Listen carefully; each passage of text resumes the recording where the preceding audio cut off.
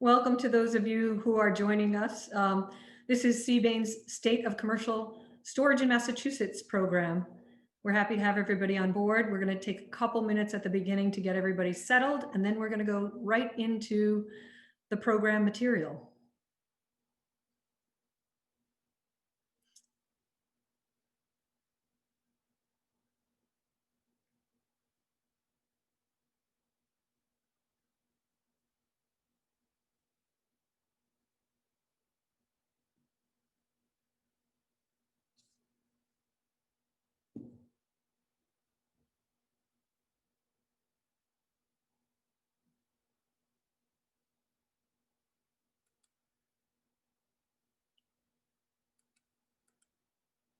Once again, thank you to everybody for joining us. This is the Solar Energy Business Association of New England, and our program today is the State of Commercial Storage in Massachusetts. It promises to give us lots of good information from a few very trusted and expert sources on what folks are doing here in Massachusetts to add storage to their solar. So, Mary Elizabeth, may I have the next slide? I'd like to start by thanking CBAN's annual sponsors, Iron Ridge and LG. Due to their sponsorship, we're able to host a number of programs and other learning opportunities that we might not be able to do without their assistance. So thank you to our sponsors and all those on the call who might have questions about the products of our sponsors, Iron Ridge and LG. Please follow up with me or one of the folks at CBAN, and we will put you in touch with the right people. Today's event partners are the Department of Energy Resources and SMA, and we're going to hear from experts from both of those organizations about what is going on with storage in Massachusetts. We'll be hearing in a moment from Brett Henning and Amy McGuire. Brett is from SMA and Amy is from DOER. If we could go back for a second. Upcoming events, before we move on, CBAN has a host of really exciting program opportunities that are coming up. The next one is February 26th, and it is an NEC training. You're going to be hearing more about that. It's a full 6-hour training session that will qualify for your certification, and stand by. We'll get you the information as it comes in as to start times, etc. This will be a virtual session, and it promises to be packed with good information and get you that certification that you need.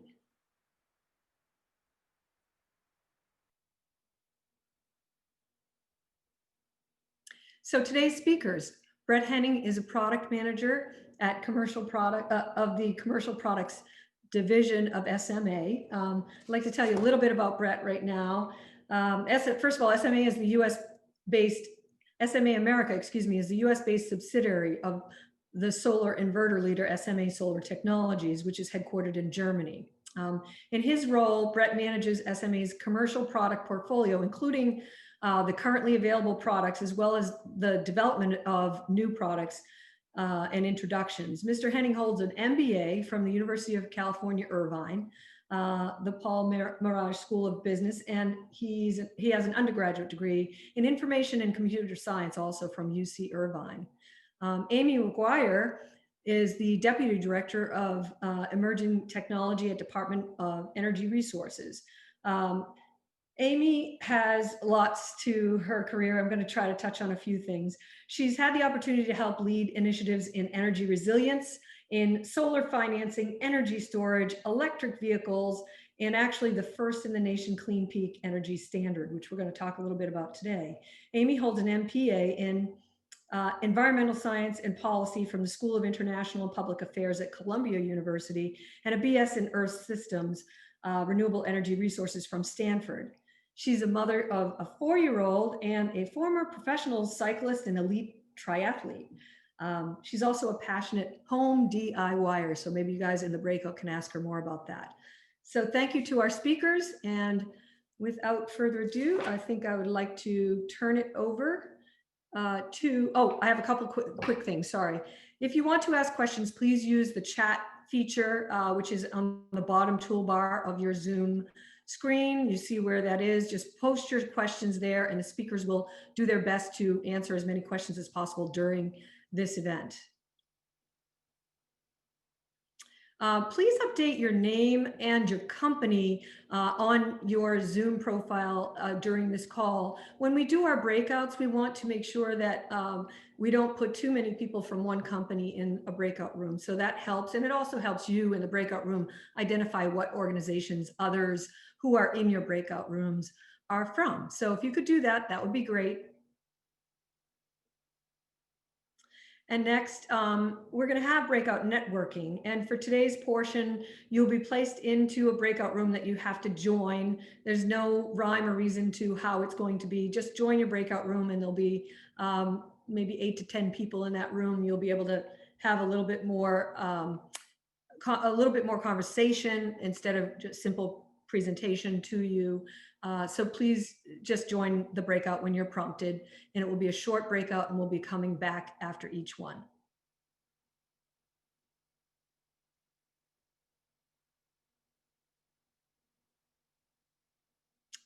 So we heard about today's speakers, and I think the next thing is that I'm going to turn over the podium to Brett Henning, who's going to begin his presentation on what's happening with commercial products at SMA.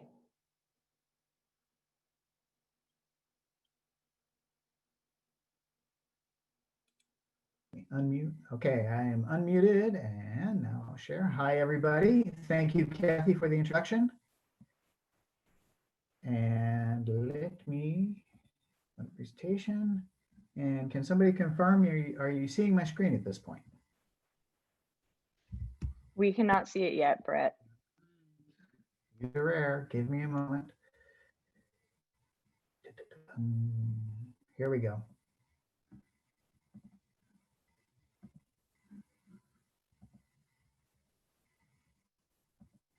How is that? That looks good. Okay, good to go. Okay. Hi, everybody. Thank you, Kathy. Thank you, Seabane, for allowing time here to speak with all the folks. So as Kathy said, I am with SMA America and commercial product manager, and was going to take the time that I have available here to quickly give an overview of SMA, commercial PV plus storage opportunities and solutions that SMA has available and is working with customers to implement these systems. And due to the time, it'll be a quick overview, but hopefully it'll prime the conversation, and in the breakout sessions and in the Q&A, the chat, if you ask questions, we'll be able to cover more in-depth questions that anybody may have to flesh out this discussion. So to start with, a quick overview of SMA, in case any of you are not familiar with us. I think we're a fairly well-known company in the solar industry, but we've been around a long time, since 1981. We've got, here on this slide, 85 gigawatts of installed globally. We are a global company headquartered in Germany. We've also been in the storage industry a very long time, starting with off-grid systems, and now we are today one of the largest suppliers of grid-scale storage in the US and globally, and also have residential and commercial storage solutions, again, globally and in the US.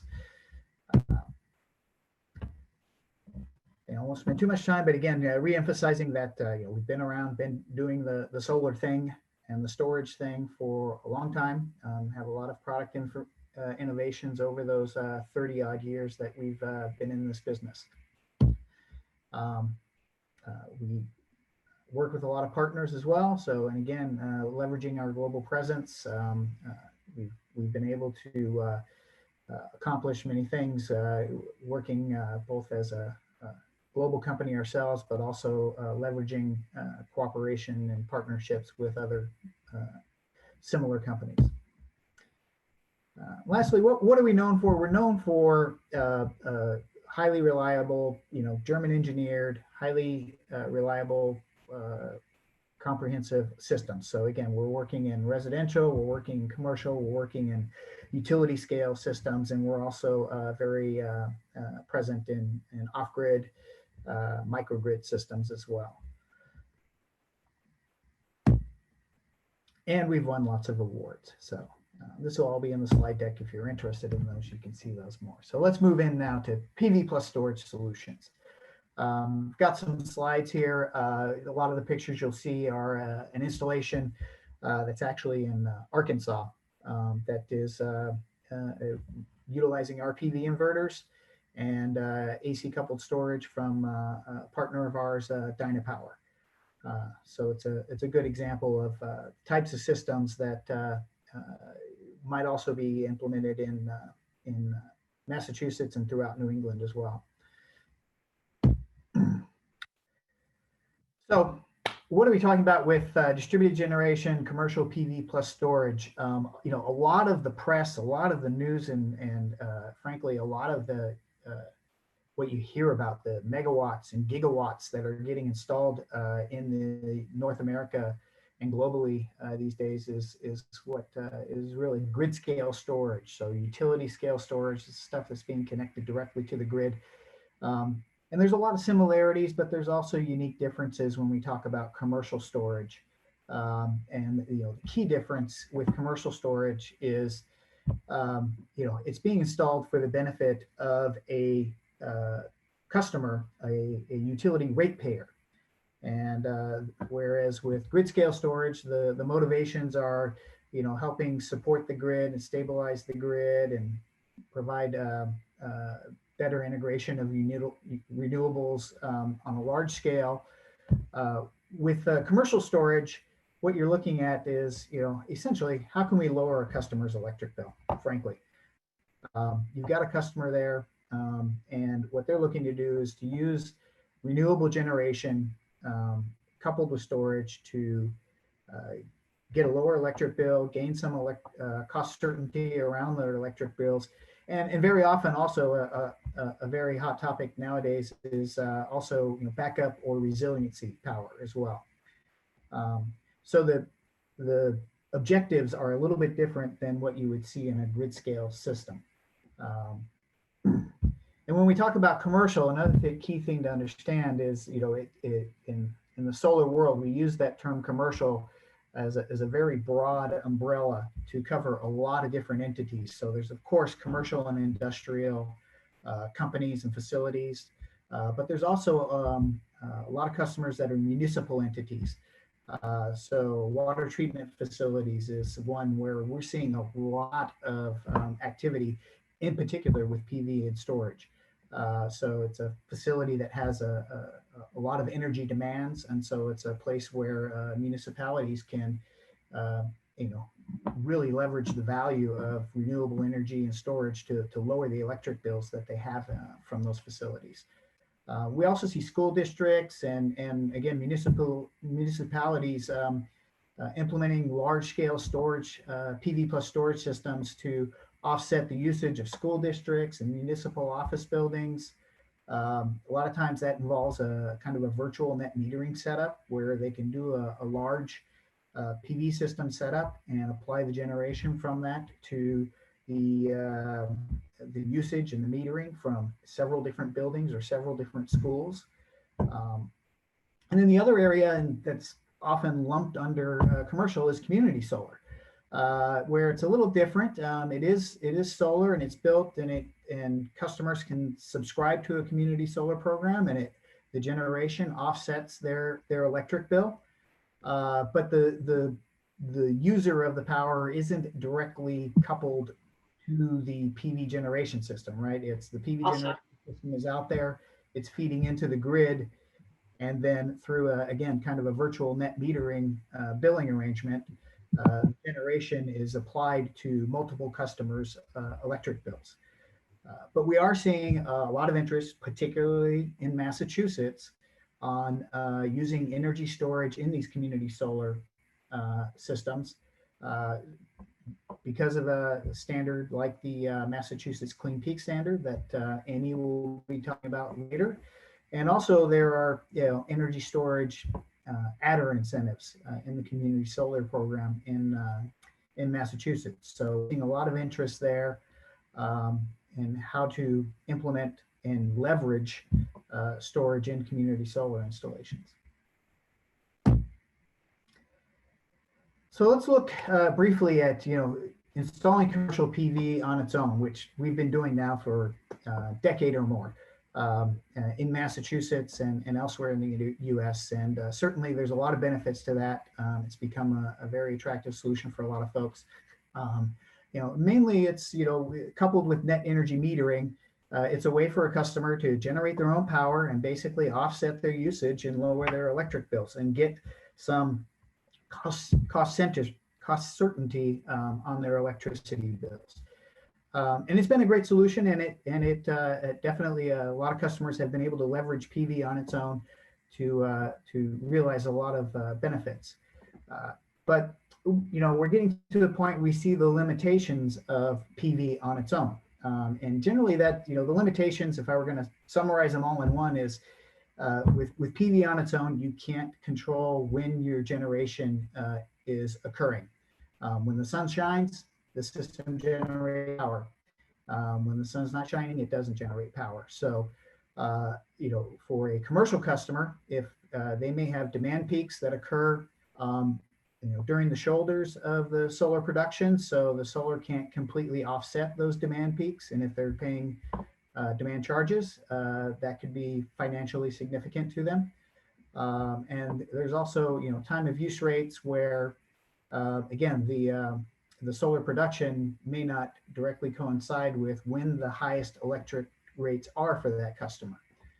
And in some cases, you can look at this from the perspective of the individual customer and how can they optimize the solar generation to offset their bills and their charges to get the most savings. But you can also look at it from a wider grid scale. And, as more and more solar gets out there on the grid, this demand curve that's shown on this, it could be an individual customer's demand curve, but it could also represent the total demand on the grid.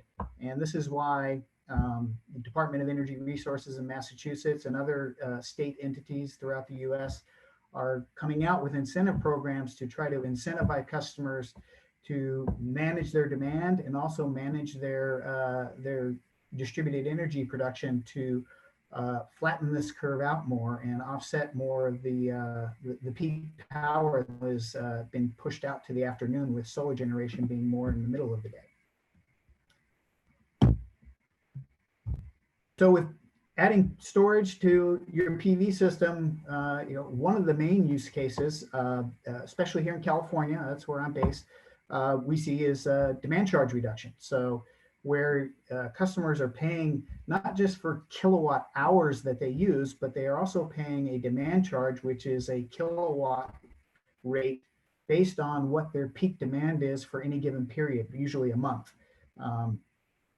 So if those peaks occur when either in the shoulders of a solar production, or maybe they occur on a cloudy day when the PV can't completely offset them, those demand charges can be very significant, up to 30 to 70% of a commercial customer's electric bill. So there's a lot of financial incentive to leverage storage so that you can exactly time your self-generation to offset those peaks and keep your peaks to a defined level and have a predictable demand charge, and not be stuck with demand charges based on a single peak that you're stuck with now for another month or a quarter or a year.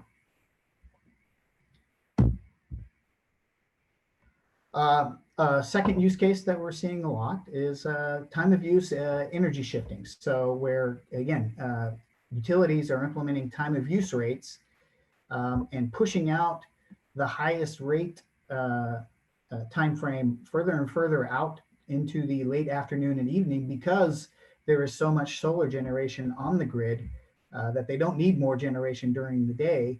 and they're trying to incentivize customers to move their self-generation or reduce their loads in the late afternoon and early evening. And with storage, one of the things you can do is you can take this solar production that's occurring in the middle of the day when rates are lower, store it into an energy storage system and release it or discharge it later in the day when those time of use rates are higher. And this is actually quite similar to, I don't know if I got to press, yeah, there it is. The Massachusetts Clean Peak Standard. Again, I'll let Amy describe it in detail, but one way to look at that standard is it's kind of an inverse time of use rate, and it's more of a time of delivery incentive.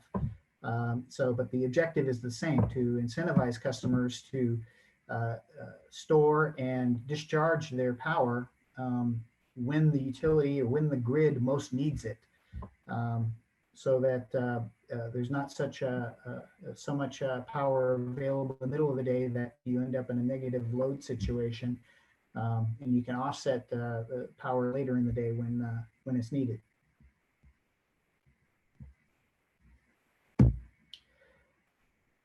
So a few other use cases that I'll just touch on briefly. Of course, backup power, operational resiliency is, of course, a big topic of discussion nowadays. A lot of storms and things like that happening on the East Coast. They seem to be getting bigger and having greater impact on businesses. And here on the West Coast, we've got our wildfire situations and the public safety power shutoffs that are occurring. So really across on both sides of the nation, we're seeing a lot of customers that are now even more interested than they were previously in backup power and operational resiliency, which storage, of course, can help with. There's what I call overcoming customer generation obstacles. So a lot of times there are interconnection capacity limits, and where a customer might want to install a very large system on their rooftop or in their parking lot. The capacity limits on the grid might restrict how much they can actually produce. By coupling the system with storage, you have the ability to still build a large PV generator, a PV array, and capture that power, but store some of it so that it is not all released or not all discharged to the grid at once, and thereby stay within the interconnection capacity limits on the grid. And lastly, there are realizing new revenue streams like ancillary market participation and utility-sponsored response programs like demand response, frequency response have been around for a while, and certainly the Massachusetts Clean Peak Standard would fall under that heading as well.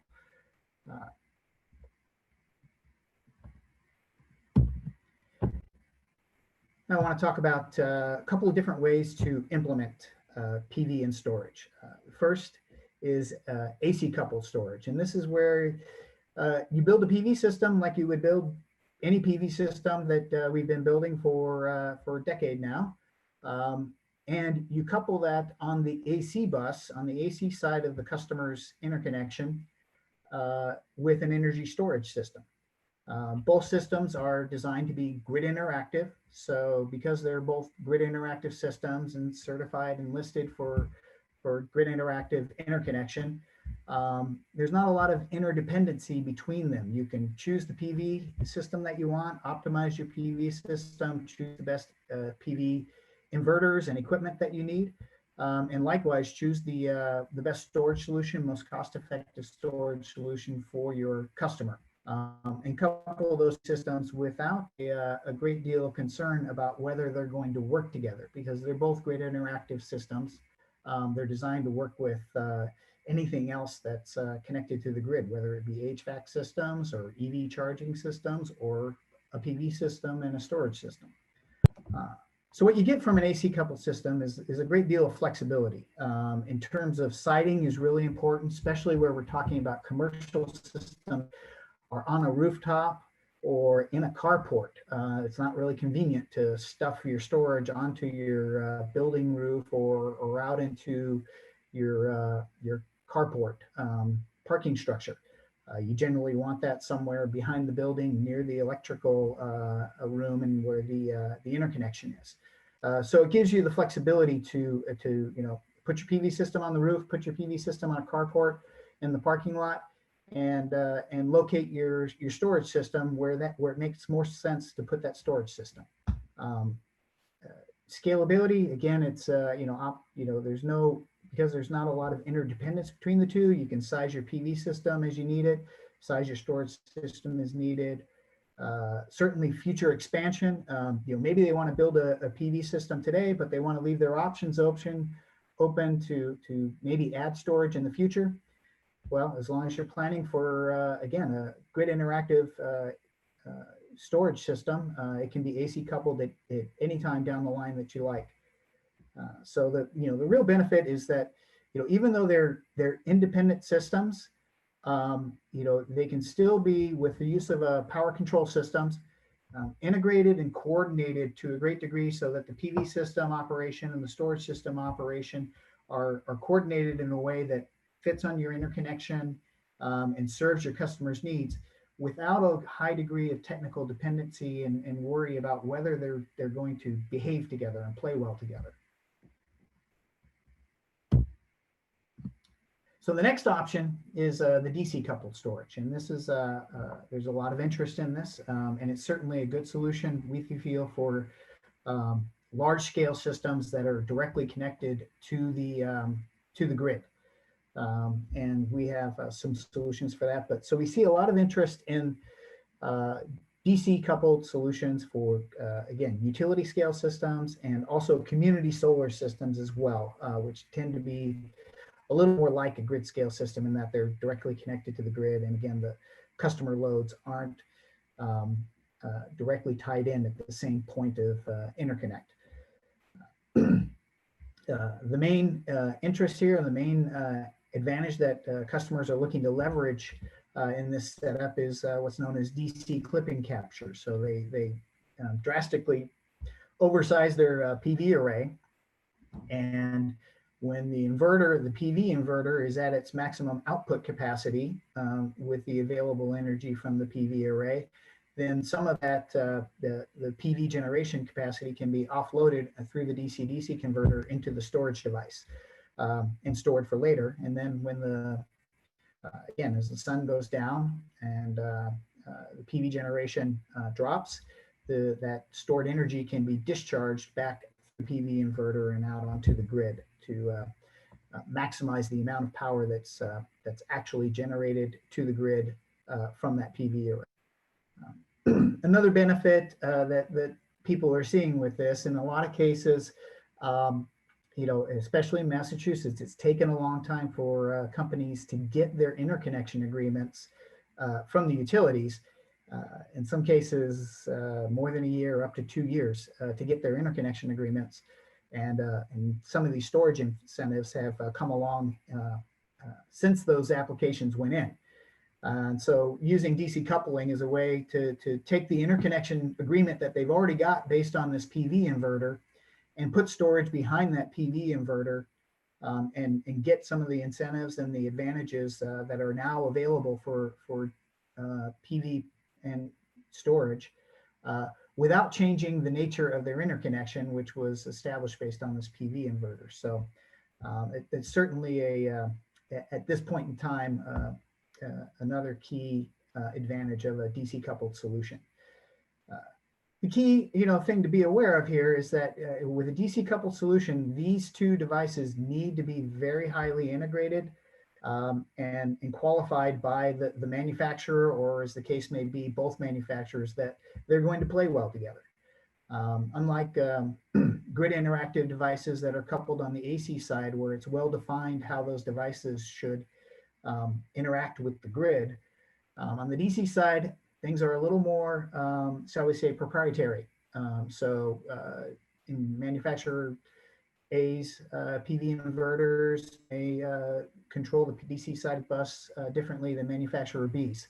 So you need to make sure that however you're DC coupling the storage to a PV inverter is something that has been well vetted and qualified by the manufacturer.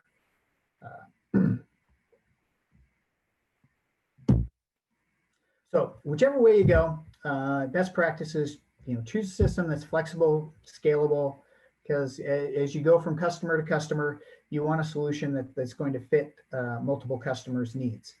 And as your customers' needs change over time, you also want the flexibility to adapt the system to new systems, new incentives like the Massachusetts Clean Peak standard that may come later on down the line in the years ahead. You want to make sure you're maximizing your renewable energy generation. So every way you can, optimize that renewable generation, because that once the system is built, the sun is free. That renewable generation, maximizing that is the best way to ensure that your customer is getting the most value from their system.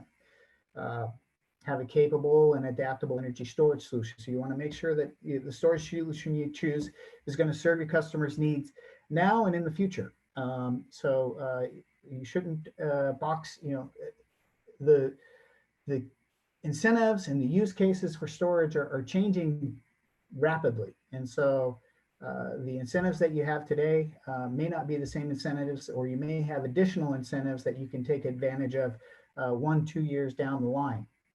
So you want to be thinking about a system that is adaptable and can be changed to take advantage of new systems. And finally, you want to make sure that whatever system you choose, again, is that the technical integration and coordination is there. You make sure you work with PV and storage equipment suppliers that are going to demonstrate the capability to ensure that your system functions as needed and provides a reliable system throughout the life of the system. So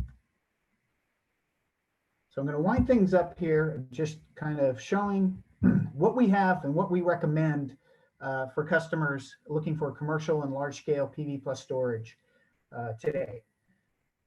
Where you have a commercial rooftop system or carport system, in some cases, smaller ground mounts, we have a PV inverter, the Sunny Tripower Core 1, that's well established in that market, well suited for rooftop carport systems and commercial systems. And the recommended solution there is to use a AC coupled storage. And there are a number of different vendors that we've worked with and that our customers have worked with that can provide that AC coupled storage and provide you a highly integrated solution. When you get into large scale ground mounts, we have a couple of different solutions. We have our Sunny High Power Peak 3 inverters, which are our 1500 volt string inverters, if you will.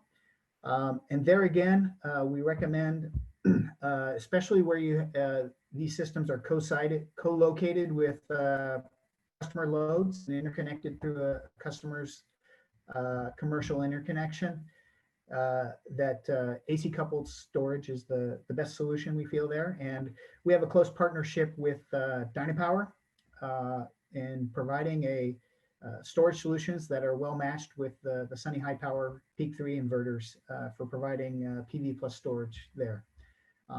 And then with the much larger scale and where systems like community solar and grid scale systems that aren't necessarily co-located with customer loads, we do have the Sunny Central inverter solution, and we have a DC to DC converter that allows for the addition of DC coupled storage.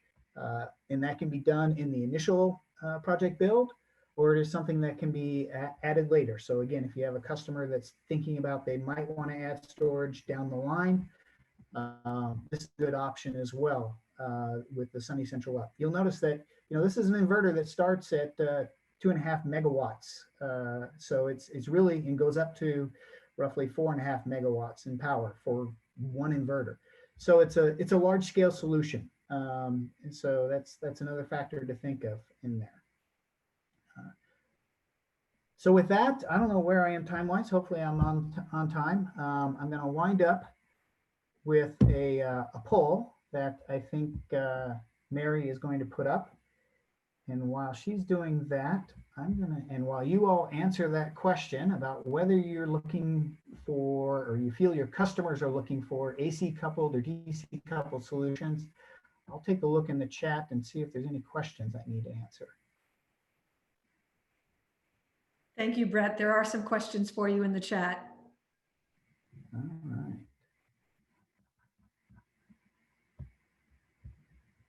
Why don't you pick out the top three and see if you can get answers to them before we have to move on? Okay.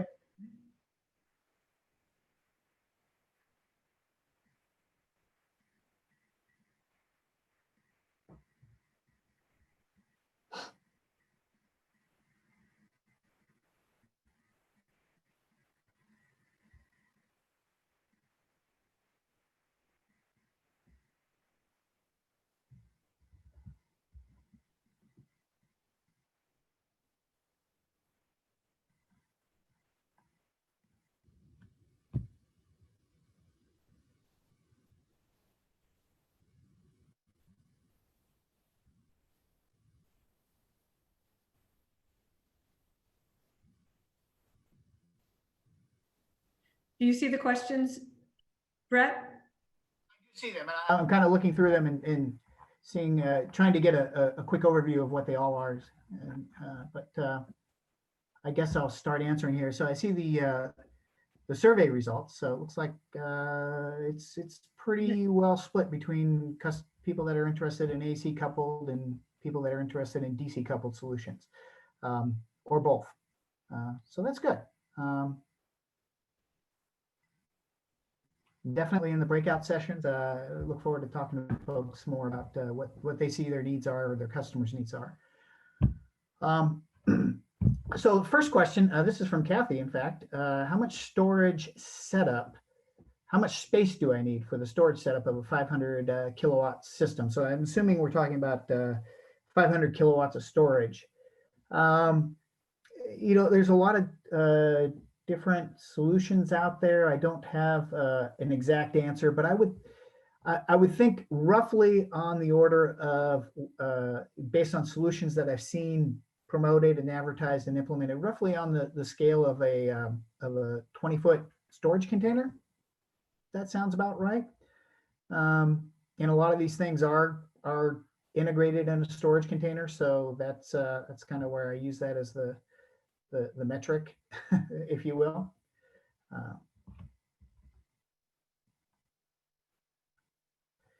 And another question from Kathy, which is, how quickly do you see demand charge reduction from the time of installation of your storage?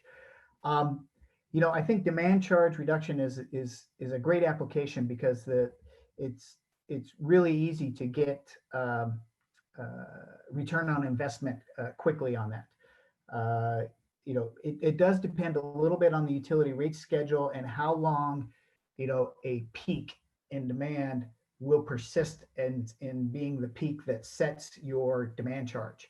And like I say, that can vary from a month to a quarter, or in some cases, we work with co-ops that are purchasing power from independent power producers, and their demand peak can persist for a year. But depending on a typical commercial customer where their demand peak may reset every month, then it's really you can get really quick turnaround by shaving those peaks, start saving right away. So it's a very, very popular use case for PV and storage, and generally customers are able to realize return on investment very quickly, and also with a high degree of certainty of what their savings are likely to be. And in fact, there's companies out there that even their whole business model is based on, we'll install the system, we'll reduce your demand charges, and you just give us some of your savings. So that's how confident they are in being able to guarantee the customer that they will receive savings, that they're willing to be paid based on those savings. We have time for one final question, Brett. So pick Okay.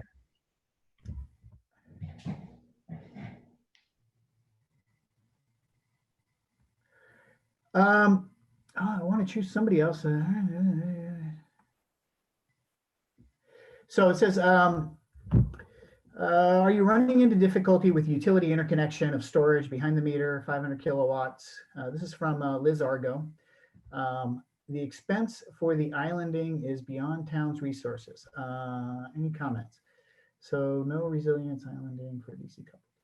I don't know if there's so many in there, but I want to address the question about the difficulty with utility interconnection, because I think this is an important one for our industry. and in particular in Massachusetts, because of the difficulty and the time that it has taken to get interconnections recently through, in particular, National Grid, who was doing a big grid study and holding up the interconnections until they completed that grid study. So it's definitely something that in Massachusetts is, and in other areas, is a concern right now, because as I say, companies know that it has taken them a long time to get interconnections for projects, and maybe those interconnections were put in at a time when they were only thinking to do PV. But now there's additional solar incentives to put in, additional storage incentives. So yeah, there's definitely a concern of, well, I don't want to have to wait another 2 years if I add storage to my interconnection. So that's driving a lot of folks in Massachusetts to say, I want a DC coupled solution. With commercial, again, systems on a roof or in a carport, it can be hard to do that. There are only limited solutions to be able to do that. But it definitely is a real concern right now.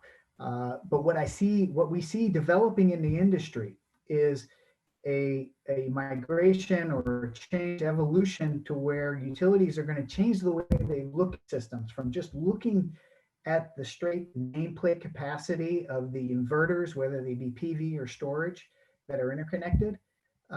There's a movement to realize that these systems can be controlled. And if the interconnection at that point on the grid can only accommodate 2 megawatts of interconnection, well, I can install a 3 megawatt PV system and a 1 megawatt storage system, and I can control those systems so that they'll only ever produce at most 2 megawatts to be exported to the grid. And so there's a movement afoot to recognize that, especially in PV plus storage systems. In fact, the Massachusetts Department of Public Utilities has last year directed the utilities in Massachusetts that they need to adapt their interconnection guidelines to allow exactly this, that they need to recognize that systems can be controlled, and if the installer or the integrator, the developer designs the systems and implements the control systems to ensure that a system, whatever its nameplate rating might be, will only produce a given amount that they specify in their interconnection agreement, then the utility should treat that system as if it is a system that will produce that controlled amount. So this is an evolution that is going to be really important for our industry, because it's going to really increase the flexibility of the solutions that we can implement. And I'll leave it at that without going further, because I know my time is running short. So.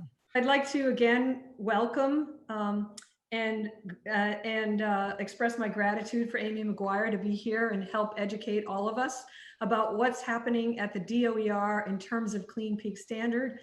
She's going to take it from here, and we are going to have another very brief breakout. So please do stay with that. We're also going to have a quick poll for the folks on the call about some future potential topics for presentation and for programs. So if you could help us with that, that would be very much appreciated. And without further ado, Amy McGuire, she is the Deputy Director of Emerging Technology at DOER. Amy, thank you very much, and take it away. Thank you, Kathy. And thank you for CBAIN for hosting this. It's always great to be able to meet people and talk about some of the work we're doing. So some of you have become very familiar with at least the overview of the Clean Peak Energy Standard regulation, but for those of you that aren't that familiar, I'll quickly go over the CPS, as we call it, grew out of what was initially a proposal from the governor in the 2018 environmental bond bill, with the main goals of reducing costs, emissions, and continuing to grow our clean energy industry.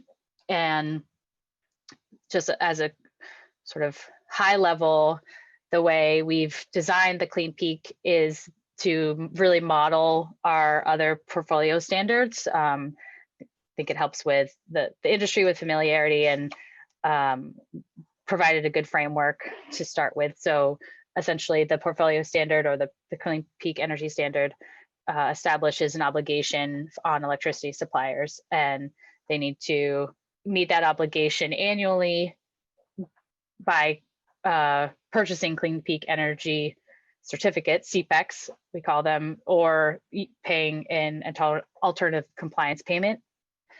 And the certificates become available through the performance of qualified energy resources. So this is a market mechanism to provide an incentive to those resources that we think can help shift energy in the way that we've guided. And the alternative compliance payment that's established, the rate is established in regulation through the life of the program, is the bound of that market mechanism. So setting the price bounds. A little bit more on how certificates are actually generated is laid out here. We've established seasonal peak periods for each business day of the year.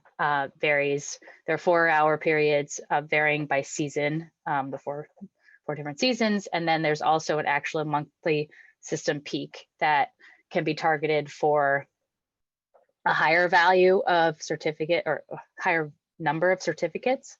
We have a number of multipliers included in the program that allow us to target that sort of thing. So we would more strongly incentivize performance at the actual peak versus the seasonal peak versus outside of the peak, where there would be no certificate or generation. The certificate generation is calculated with our program administration team at Mass EC, and then those are reported up to NEPOOL GIS quarterly for minting. So we take into consideration all applicable multipliers, and those are established when the resource is qualified. Again, a lot happening on this slide, and some of you are hopefully well aware of it, but for those who are not, here's sort of a visualization of how we would do the calculation for Clean Peak certificates. And this presentation will be available, so no need to worry too much about the details if you want to go into it more depth. I wanted to provide it here as a resource for you to look back at, but gives you a sense of how we look at both the seasonal peak period and the hour of actually monthly system peak each month, and calculate up to the generated certificates. As far as the program or the regulation where it stands, it's been fully promulgated. We have the resources are able to register at NEPOOL, and we have guidelines available as well as a number of different pieces of information. I'm going to provide some links a little bit later in the presentation.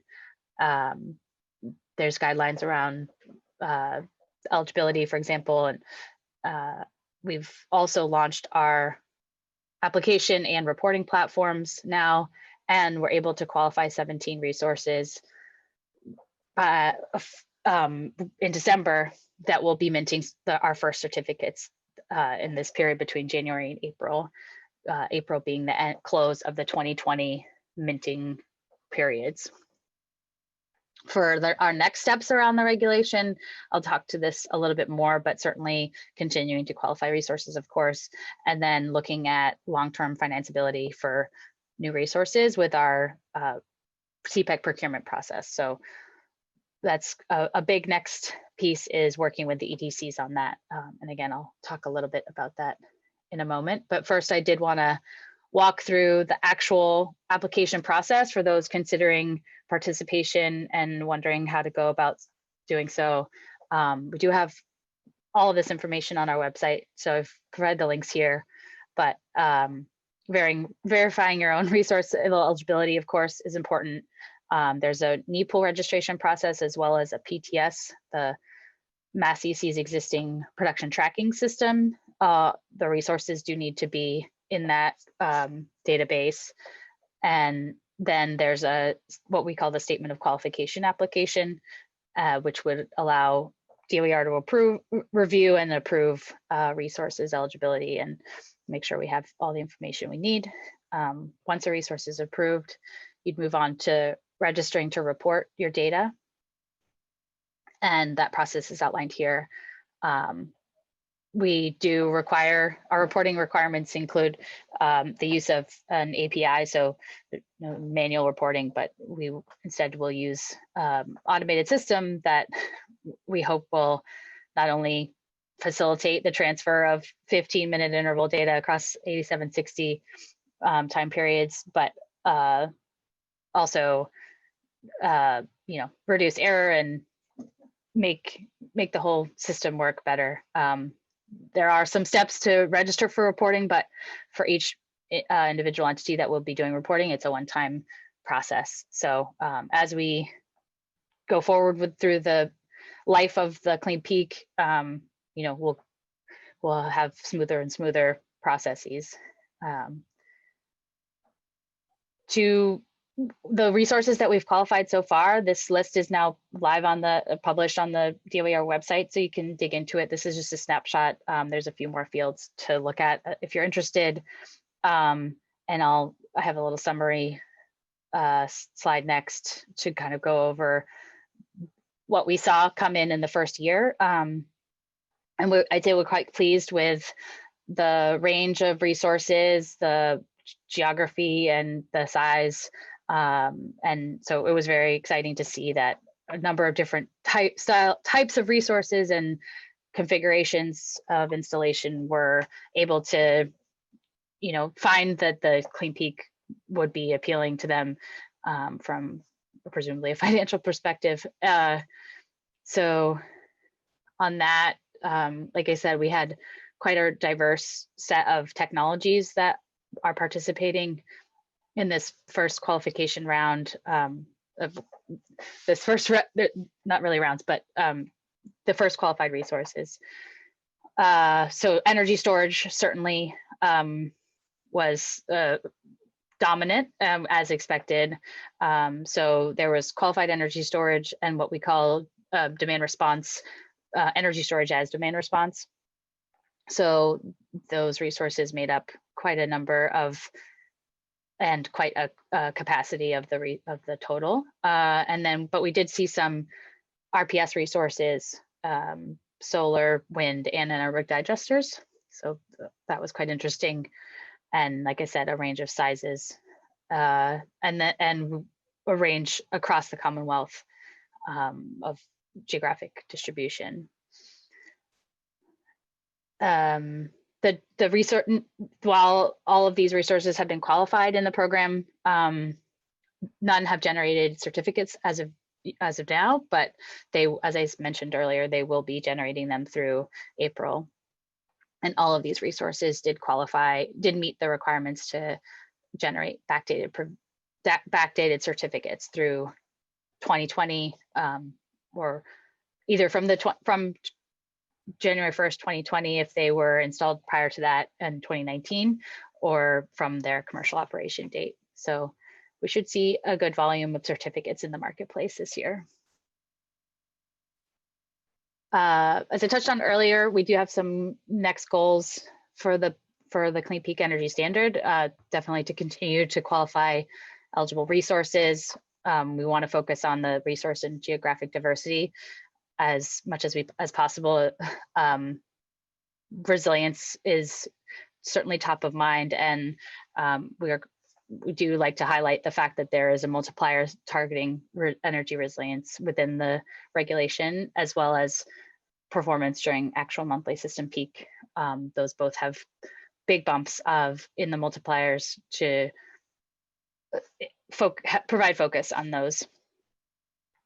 And then again, as I mentioned earlier, we will be working next on finalizing the procurement plans for EDC long-term contracts around certificates, with the objective to really provide some financeability and a stable financial resource for development, especially early stage resource development, and decrease risk, as well as allowing a bit more of a refined targeting on types of resources through the design of that long-term contracting program. We'll be announcing that we'll be providing an opportunity to comment on our straw proposal in the very near term.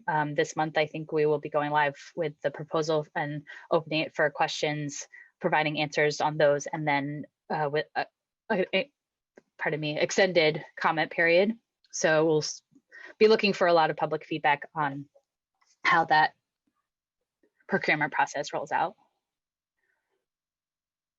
And with that, I thought I would just open it up for questions. I know we have a lot of different types of entities on the line, so I welcome any sort of different questions you might have. I did also want to just provide my contact information as well as the other potentially useful resources for contacts at DOER. DOER.cps is certainly a good place to reach out with regulation or guideline or more general Clean Peak questions.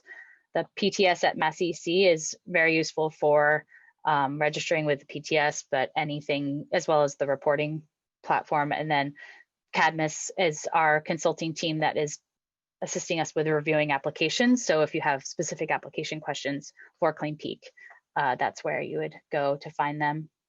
And now I'm trying to open my chat box, so I will perhaps stop sharing and make that a little more visible myself, and see if we have any questions. Wasn't following during the conversation, so just give me a moment.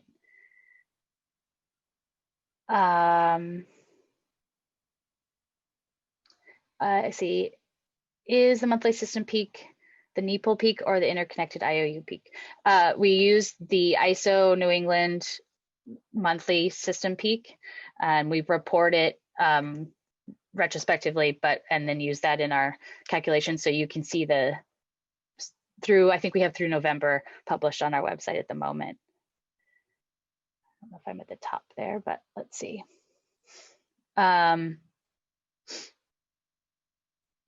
There's some questions about the update to a reporting system. I would definitely contact MassEC around that. The reporting platform is live and they are working through registrations. So that would be the best place to go for specific questions on getting your reporter registered with their platform. And then around a question on the procurement, which would likely be will very probably be a utility RPs, and around what scale of systems we'd be looking at. And yeah, the idea is that would be a broad range of systems. So it would be open to smaller and larger systems, certainly. Looks like maybe an SMA question. And question about connected solutions. So definitely a very complementary program that's hosted through the utilities, the individual utilities. I am not necessarily the specific contact at DOER. That would be through our energy efficiency program. Maggie McCary's team, I can provide some, I'll respond back in messaging with that name and email address if that's helpful. But yeah, Connected Solutions goes through our the MassSave program of the utilities. So depending on your question, they might be the best able to answer. And then I'm not seeing any more questions at the moment. So definitely resend if you're, if I missed any or.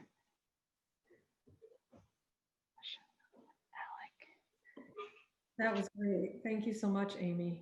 No problem.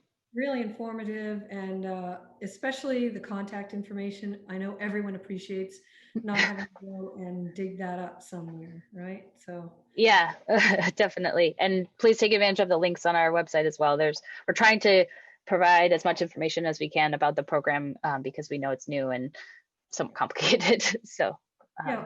feel free Well, to thanks for check that making way. it less so. Grateful for that. And thank you to everyone who's here. We have two more things to do. One is we are going to send a poll around. We have a bunch of different ideas for topics for future presentations. Could you pick one that you think is one of your favorites right now? You should be seeing a poll. And next, we're going to do one other quick breakout so you can meet some other folks in your industry. So the types of event topics you'd like to see CBANE cover: policy, interconnection, impact of climate change on solar, climate change legislation updates and impact on solar, storage, and other. And just submit that in the chat box if you like anything else. We've gotten some really great ideas from the membership, and we greatly appreciate anything else you can send us on that. So submit your poll answers if you could.